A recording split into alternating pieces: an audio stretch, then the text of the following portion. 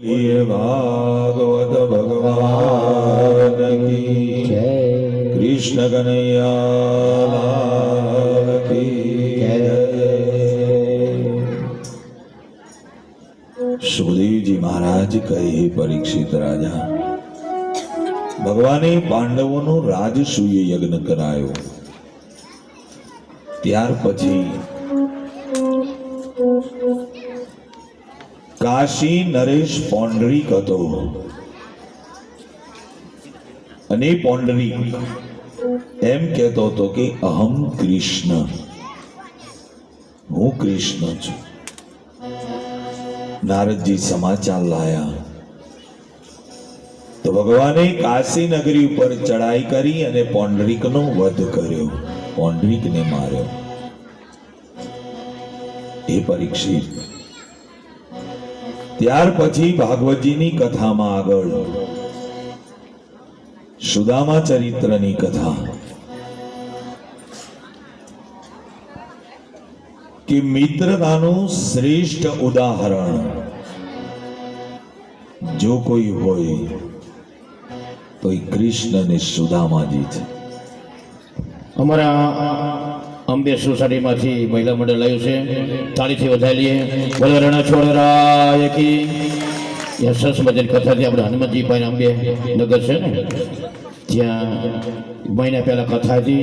આ લોકોએ આયોજન કર્યું હતું, મહિલા મંડળે સરસ સુંદર મજા આયોજન કર્યું હતું. ખૂબ ખૂબ એમાં બહેનોને ધન્યવાદ છે, પધાર્યા છે ને ખૂબ ખૂબ ભગવાન મનોકામના પૂર્ણ કરે. બોલીએ ભાગવત ભગવાન કી. મિત્રતાનું શ્રેષ્ઠ ઉદાહરણ કૃષ્ણ અને સુદામાજી છે. કે સાચી મિત્રતા હોય તો કૃષ્ણ અને સુદામાજી. બાકી શેરી મિત્ર સો મળે, તાળી મિત્ર અનેક, પણ સુખ દુઃખમાં જે સાથે રહે એ તો લાખોમાં એક. સ્વાર્થ હોય ત્યાં સુધી મિત્રતા રાખે, મતલબ હોય ત્યાં સુધી મિત્રતા રાખે, અને મતલબ પૂરો થઈ જાય પછી મિત્રતા છોડી દે, મિત્રતા નથી. કૃષ્ણ અને સુદામાજીની મિત્રતા. સુદામાજી પોરબંદરમાં રહેતા હતા, બ્રાહ્મણ હતા, બહુ દરિદ્ર હતા.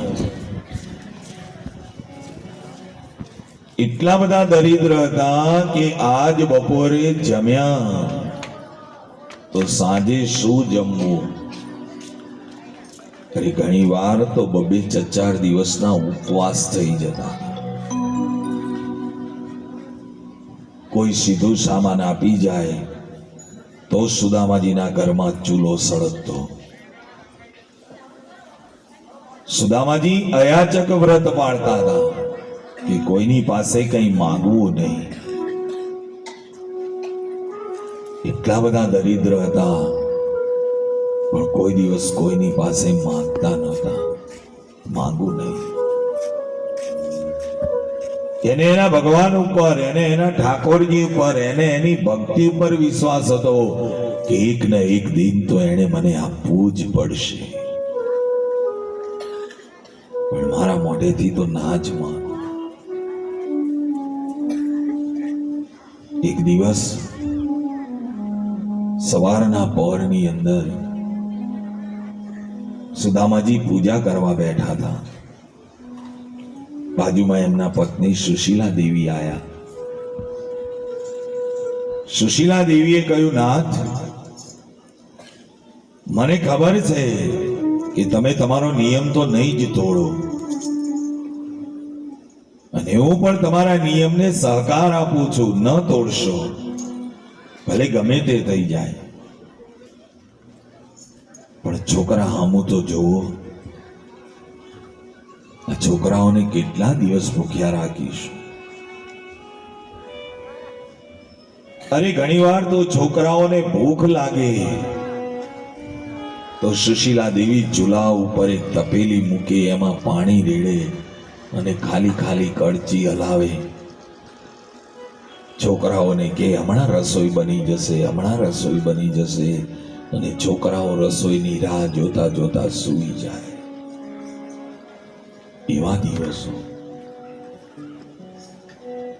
તો સુદામાજીના પત્નીએ કહ્યું કે એક વાર તમે દ્વારિકા તો જાઓ. તમે મને વારે વારે કહો છો કે દ્વારિકાધીશ તમારા મિત્ર છે, એક વાર તો જાઓ. સુદામાજીએ કહ્યું, દેવી તમારી વાત સાચી છે કે અમે બંને સાથે ભણતા હતા ઉજ્જૈનની અંદર, મારા મિત્ર છે. જાઉં, દ્વારિકા જાઉં, એને મળું, પણ એની પાસે માગીશ નહીં. સુશીલા દેવીએ કહ્યું, નાથ હું ક્યાં કહું છું તમે એમની પાસે માંગો. માંગવા નથી કહેતી, પણ એક વાર એને મળવા તો જાઓ, તમારો મિત્ર છે. સુદામાજીએ કહ્યું, જાઉં, કઈ વાંધો નહીં, પણ એ તો દ્વારિકાનો નાથ છે, એના દ્વારે ખાલી હાથે તો જવાય નહીં, કઈ ને કઈ ધરાવવા લઈ જવું પડે.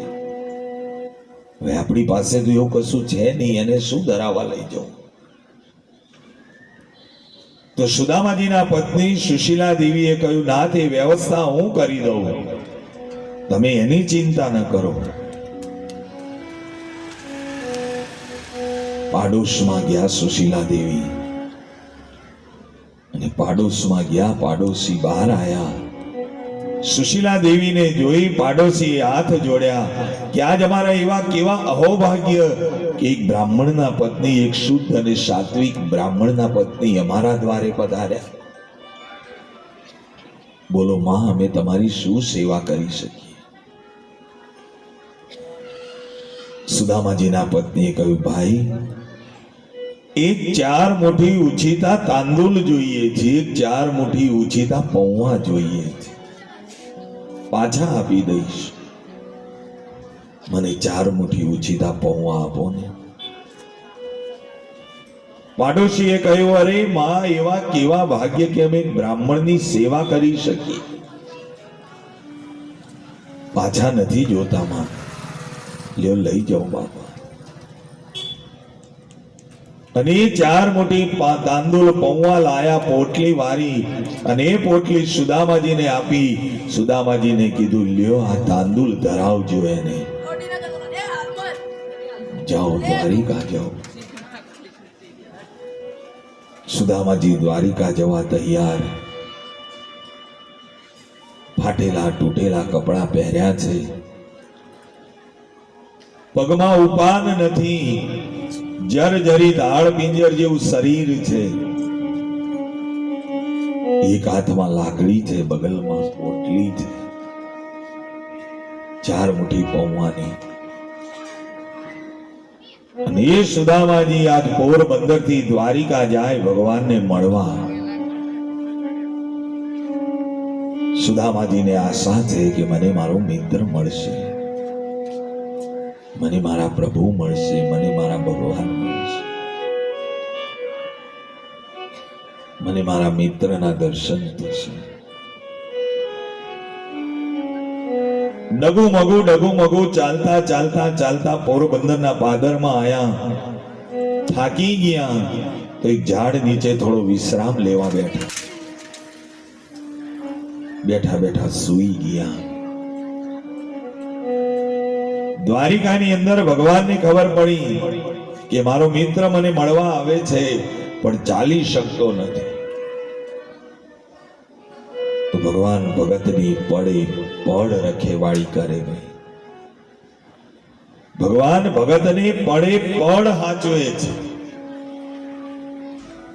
ભગવાને ગરુડ મોકલ્યું અને ગરુડ ઉપર સવાર કરી સુદામાજીને અને દ્વારિકાના પાદરમાં મૂકી દીધા.